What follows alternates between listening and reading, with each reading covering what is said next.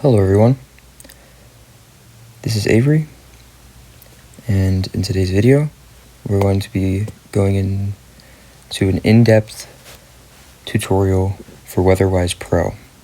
Now, let's get started. Alright, to start with WeatherWisePro, you have so many different things you can do, and in this video we are going to talk about all of them. To start off, we have the radar here. At the top of your screen here, you can see where my cursor is at. And each one of these dots on your screen is a radar site. And you can go into these and see the weather for each of them. Now, right now you don't have any weather right now. It's a pretty clear day out. So it's pretty good. Now, if you go here to home, you can put your location in over here, and then you can see the weather. It will show you a 15-day forecast, the chance of rain, snow, what degrees it's going to be, all of that. It'll do that right there for you. So the composite radar up here is the radar for the entire country. So that's for that. Then if you go to satellite, you have satellite imagery here for like clouds and stuff like that. And then the next one is models. This shows you all the different models, which we'll get into in a minute. And then this is outlooks. This is all of the outlooks from severe weather to excessive rainfall to fire, weather risks, all of that. One area here from the National Weather, or from the Storm Prediction Center. Okay, now why don't we go over the hamburger menu.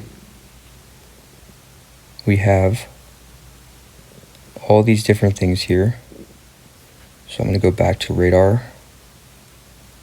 We have outlooks on this side, has cams. If we turn this on, these are cameras along roads, on buildings, mainly down in the Dixie Alley in the south here. And then we have traffic cameras. These are, a couple of states have them in here now. You have some in Minnesota, Kansas, Virginia, Tennessee. The next thing is spotter network.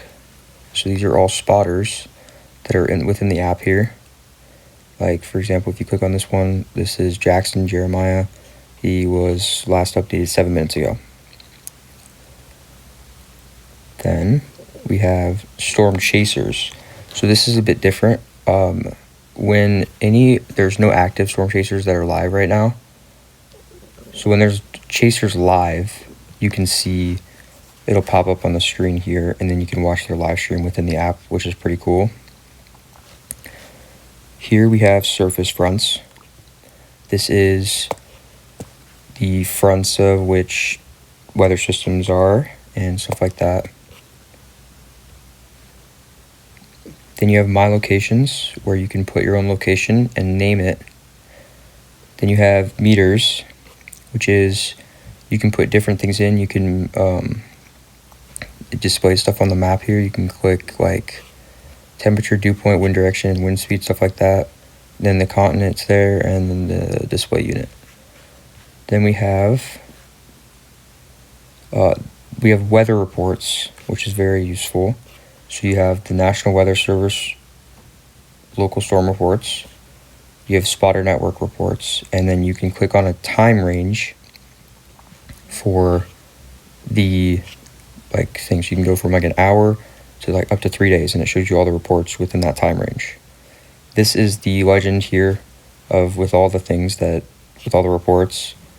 So yeah, that's for weather reports. And then you have y'all mode. Now you have to have either the Plus subscription or the Pro subscription to have this. And y'all mode is a very, very useful. It is, let's see, you have y'all watches, You have YOLO meters, YOLO tracks, stuff like that, weather intensity score, and then the map style is different. So this is the map with YOLO mode on. This is it with it off. So the map's a little bit different. I prefer to have this one on just because I like the way the map looks a little better. Okay, that's that. Now next is split view. So on this splits the view, and you can have two different things going at the same on the same like big screen, just split in half. Now on your on an iPhone, you can do a split view up to 2 screens here, and then on a iPad, which I'm on, you can do up to 4. Which to do that, if you click in here or go up to here and go to my preferences, or no, not my preferences, you go to map settings, and you can see that split view max maps, that goes up to 4. You also have globe projection in here and map style. Okay, next you have expert mode, which for this to be like, for this to be on and stuff, I haven't really messed with it that much, so I'm not exactly sure what it does, but I'll figure it out probably. Then you have drawing, where you can just go in and draw and circle things that you're trying to talk about, which is pretty cool. And you can change the color, the size of it, all that. Then you have navigation. Well, I've skipped this one. You have navigation. With navigation, you can click on it and you can locate me, which will pop up your location. And then storm chaser mode, which will keep your device on at all times with radar. Then you have a measuring tool, which you can click on a random spot and measure how far away something is. Next we have storm track. This will be used if you, obviously, if there's a storm here, you can put that in, and then on the side here, obviously there's no storm, but it'll show up with the locations there and stuff like that.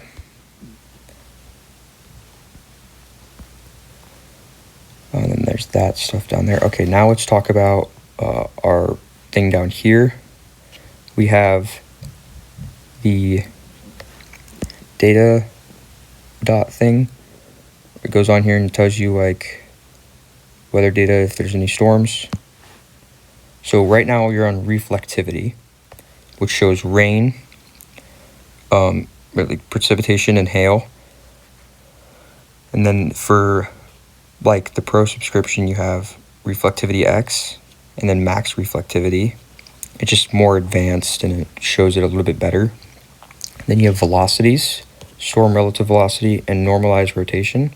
This one you have to, for normalized rotation, you have to have, or no, you don't have to have Pro for that. You have to Pro for this, minimum correlation coefficient. And then you have that regular one, and then you have all these other ones here. And then down here, you can do 3D radar, or first you have storm tracks, and then you can, when there's a storm, it'll show you the track of the storm and stuff like that. Lightning, a bunch of different stuff here. Plus lightning, I'm not sure what that is yet. 3D radar is really cool. If you have that toggled on, you use 2 fingers on the map and you go up on it with that, and it'll show you a 3D view of the radar. So you can see it here, like that. Then we have max scans, and for just the base version of the app, I'm pretty sure the max is 15. And then if you have Pro, you can go up to 200 scans, which is a long time of radar. Then you have all this stuff here. You can change the tower icon, which are these here. You can change it to a dot, which is what I have, and then you have a pill with the code. That's just a little big, so I feel like that I like the dot better. Secondary towers means these yellow ones, which are terminal radar sites, which are primarily at airports, stuff like that. You can also have a range ring on, which is this around it, the black circle around that. And product display, this displays like the thing that I'm in right now, either a list view or like a tiles view. You can change your ring color. You can it'll make a sound. You can have it make a sound when there's a new scan. Then down here you have playback speed. That's how fast when you play the radar, that's how fast it goes for the scans. Smoothing makes the radar more smooth, and then stuff like that. Fast scan, if you turn this on, that has this thing around it here. Move this a little bit so you can see it better. You have this thing here, so it's a faster scan. You have to have Pro to do this. And then you can have the scan line always on, or when there's a new scan. And then you can change the color. You can change the scan line increment color. I think that's what that is, which is like these like lines in between it here, so it's a solid color. You can make it a different distance. You can have different sounds with it, and you can make it a sound when there's an update or a start of a new scan. You have flash reflectivity, which flashes certain reflectivity that you have, like that you can do with that. And then tower icon blinker just makes these towers blink. That's all for that area. Now we can go and talk about alerts. So for alerts, you have for Pro, you can get Ryan Holyall's weather intensity score. Right now it's at about a 12. And for him to go live, he has to be 145. So that's that.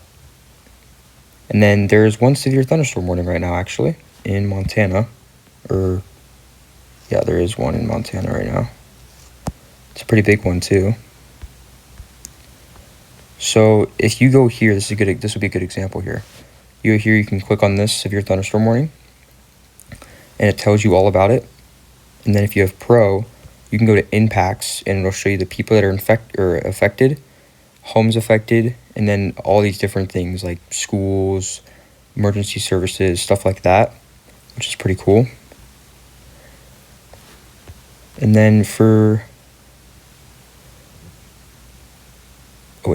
on. Actually, let's talk about this. So this is a 3D radar scanner. You have to have Pro to have this. It shows you like how high a storm goes, stuff like that. Pretty cool. Now, why don't we let's turn on our storm tracks really quick. And then we can click on this. Actually, this one right here just got a special weather statement on it. But if we click on this and click on this cell here, it'll show you the cell and like the cell structure and stuff like that. If you go over to this one, you can see all of the cell structure and where it was at before and stuff like that, which is really cool. You have to have Pro to do this.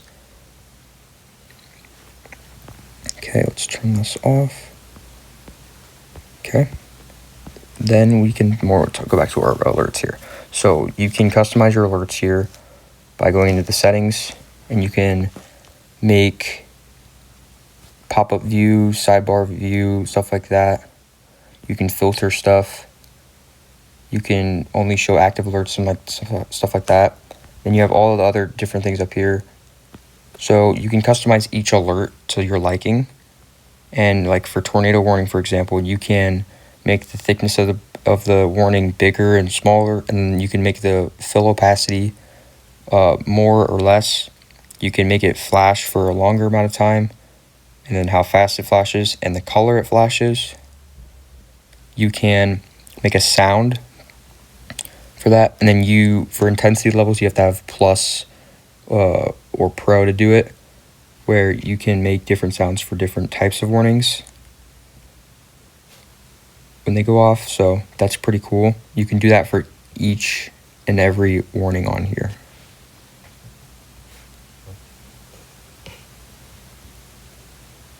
You also have discussion settings. You can go in here. You can do the same thing like as you do with warnings. And I think that is pretty much it for WeatherWisePro tutorial. It'd be very helpful if you subscribed and leave a like down below so I can keep making these videos. Have a good day.